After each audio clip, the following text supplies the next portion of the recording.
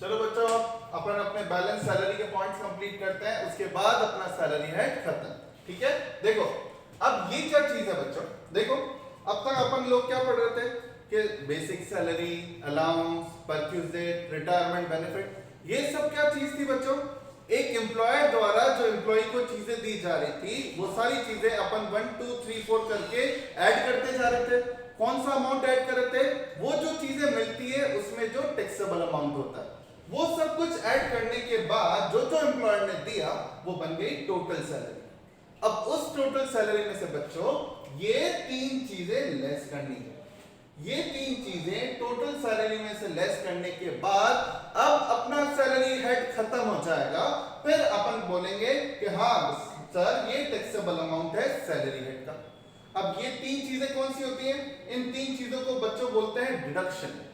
Deduction मतलब ये तीन चीजें टोटल में से लेस होंगी, आपका अमाउंट जो होगा वो कम आएगा, अमाउंट कम आएगा तो टैक्स भी कम लगेगा। अब बात ये उठती है कि ये तीन चीजें कम कब होंगी? उसमें से पहली चीज देखो, ध्यान दो, फर्स्ट है एंटरटेनमेंट अलाउंस। एंटरटेनमेंट अलाउंस जो है वो टोटल में से कम होगा। अब आप में से किसी के दिमाग में आ रहा होगा कि सर अलाउंस टॉपिक तो हो चुका, ये उस वक्त क्यों नहीं पढ़ा है? तो बच्चों सुनो, उस वक्त जो अलाउंसेस थे उसके अंदर ज्यादातर जगह ये होता था गवर्नमेंट को वो, नॉन गवर्नमेंट को ये, है ना। लेकिन ये अलाउंस थोड़ा अलग है और ये अकेला ऐसा अलाउंस है जिससे गवर्नमेंट ने डिडक्शन की कैटेगरी में लिया। बाकी का तो क्या करते थे अपन अलाउंसेस का, जैसे चिल्ड्रन एजुकेशन का था, जितना मिला उसमें से 100 रुपए पर मंथ लेस करके ऊपर ही ऊपर लेस करके टैक्सेबल अमाउंट के अंदर यहां पर शो कर दो। लेकिन इसमें क्या है बच्चों, एंटरटेनमेंट अलाउंस में एक बार जो मिला उसको तो टोटल में एक बार पूरा ऐड कर दो और फिर उसके अंदर जो अमाउंट एग्जेम्प्ट होगा वो यहां पर क्या करना है? लेस। अब बात आती है लेस किसको करना है और कितना करना है, तो वो समझो बच्चों। एंटरटेनमेंट अलाउंस मतलब क्या होता है? जहां एम्प्लॉयर एम्प्लॉय को ये बोलता है कि ये पकड़ो 5,000 10,000 रुपए और इन पैसों से घूमो फिरो और इन पैसों का एम्प्लॉय एंजॉय करता है। तो वो पैसे जो है अगर वो नॉन गवर्नमेंट एम्प्लॉय को मिले अपने एम्प्लॉयर की तरफ से, जब तो गवर्नमेंट कहती है फुल्ली टैक्सेबल। एम्प्लॉयर ने आपको खर्चे के लिए 10,000 दिए, 10 पे टैक्स लगेगा। लेकिन वही एंटरटेनमेंट अलाउंस का पैसा गवर्नमेंट एम्प्लॉय को मिले तो गवर्नमेंट कहती है कितना एग्जम्प्ट होगा? Least of the three. Least of the three मतलब इन तीन में से जो सबसे कम अमाउंट आएगा वो अमाउंट इस टोटल सैलरी में से यहां क्या हो जाएगा? लेस हो जाएगा। क्लियर? समझ में आ रहा है कैसे लेस होगा? सुनो, फॉर एग्जांपल आपको एक छोटा सा एग्जांपल देता हूं। एंटरटेनमेंट अलाउंस आपको साल के मिले 10,000। 10,000 रुपए एंटरटेनमेंट अलाउंस मिला गवर्नमेंट एम्प्लॉय को। नॉन गवर्नमेंट को मिला तो 10,000 मिला, पूरे 10,000 टैक्सेबल। गवर्नमेंट को मिला तो अब least of the three, least of the three में a point actual receipt. Actual receipt मतलब जितना मिला, कितना मिला? 10,000, तो 10,000 लिख दिया। बी पॉइंट सैलरी का 20%। सैलरी मतलब याद है ना, बेसिक प्लस एफडीए लेते थे, यहां पे केवल क्या लेंगे? Basic. For example basic salary किसी की है 1 लाख रुपए, वो 1 लाख का 20% कितना हुआ? 20,000, तो 20,000 यहां आ गया। सी है 5,000, यहां पर मंथ नहीं है, क्या लिखा हुआ है? ईयरली। ईयरली लिखा हुआ है तो यहां फिर 5,000 ही आएगा। इन तीनों में से सबसे कम कौन है? 5,000, तो 5,000 रुपए का आपको क्या मिल जाएगा? डिडक्शन। डिडक्शन मतलब ये 5,000 रुपए इस टोटल में से क्या हो जाएंगे? लेस। मतलब जो मिले थे वो तो ऑलरेडी टोटल में ऐड हुए हैं, लेकिन जो एग्जेम्प्ट होगा वो डिडक्शन के अंदर अपन अलग से लेस दिखाएंगे। समझ में आ रहा है? ठीक है, गवर्नमेंट की प्रोविजन है, चाहती तो ऊपर भी लेस करवा देती, लेकिन जो सिखाना है, जो कानून है, वो तो आपको बताना ही पड़ेगा। क्लियर? कल आपके एग्जाम में डिडक्शन कितने का मिलेगा तो याद रखना है इन तीनों में से सबसे कम। क्लियर हुआ? ठीक है, और मेन चीज भूल मत जाना, एग्जम्पशन केवल गवर्नमेंट एम्प्लॉय को मिलेगा, नॉन गवर्नमेंट को नहीं। क्लियर हुआ? तो एक डिडक्शन हुआ अपना। नेक्स्ट डिडक्शन का नाम है प्रोफेशनल टैक्स, एम्प्लॉयमेंट टैक्स। नाम पढ़ो वापस, प्रोफेशनल टैक्स, एम्प्लॉयमेंट टैक्स, बाकी इनकम टैक्स या कोई अदर टैक्स। ये वो टैक्स है जहां पर कोई बंदा बड़ी मल्टीनेशनल कंपनी में काम करता है तो उस केस में गवर्नमेंट ये एक स्पेशल तरह का टैक्स लगाती है। जिनकी काफी अच्छी सैलरी होती है वो लोग ये टैक्स भरते हैं, लेकिन ये टैक्स वही भरता है जो जॉब कर रहा है।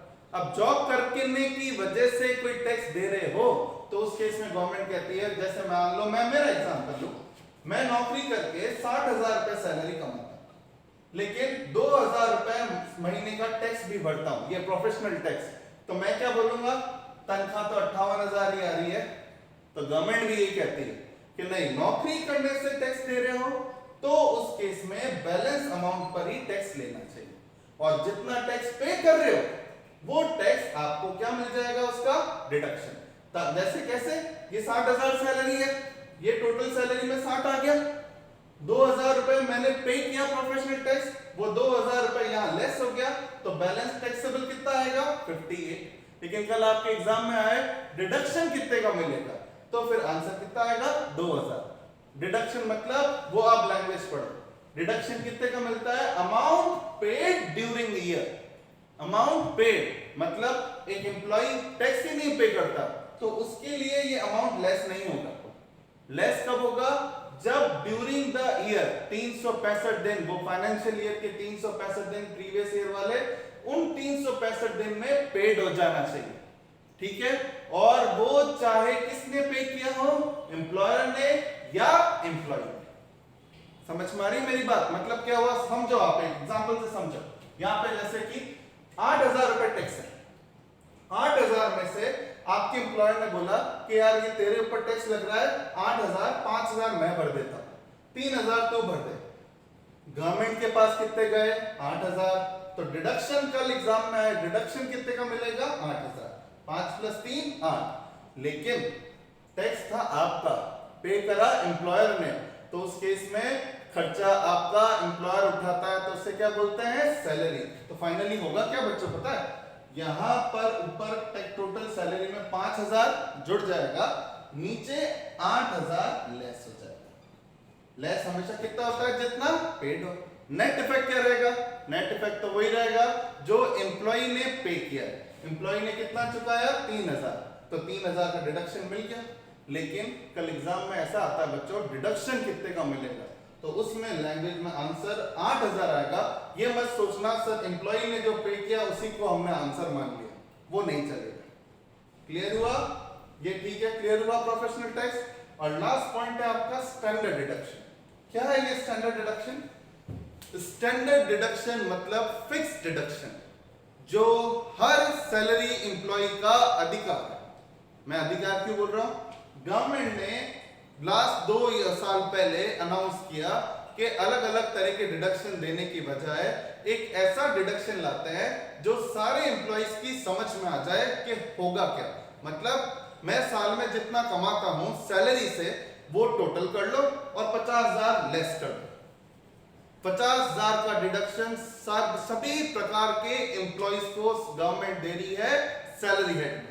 मतलब अगर किसी की सैलरी 8 लाख रुपए है तो टोटल सैलरी 8 लाख आ गई। ये एंटरटेनमेंट अलाउंस और प्रोफेशनल टैक्स का मान लो उसने डिडक्शन ले लिया 1 लाख, तो अब उसकी इनकम कितनी बची, 7 लाख में से 50,000 का उसको क्या मिल जाएगा, स्टैंडर्ड डिडक्शन। डायरेक्ट उसकी इनकम में से government deem to be remove बना देगी।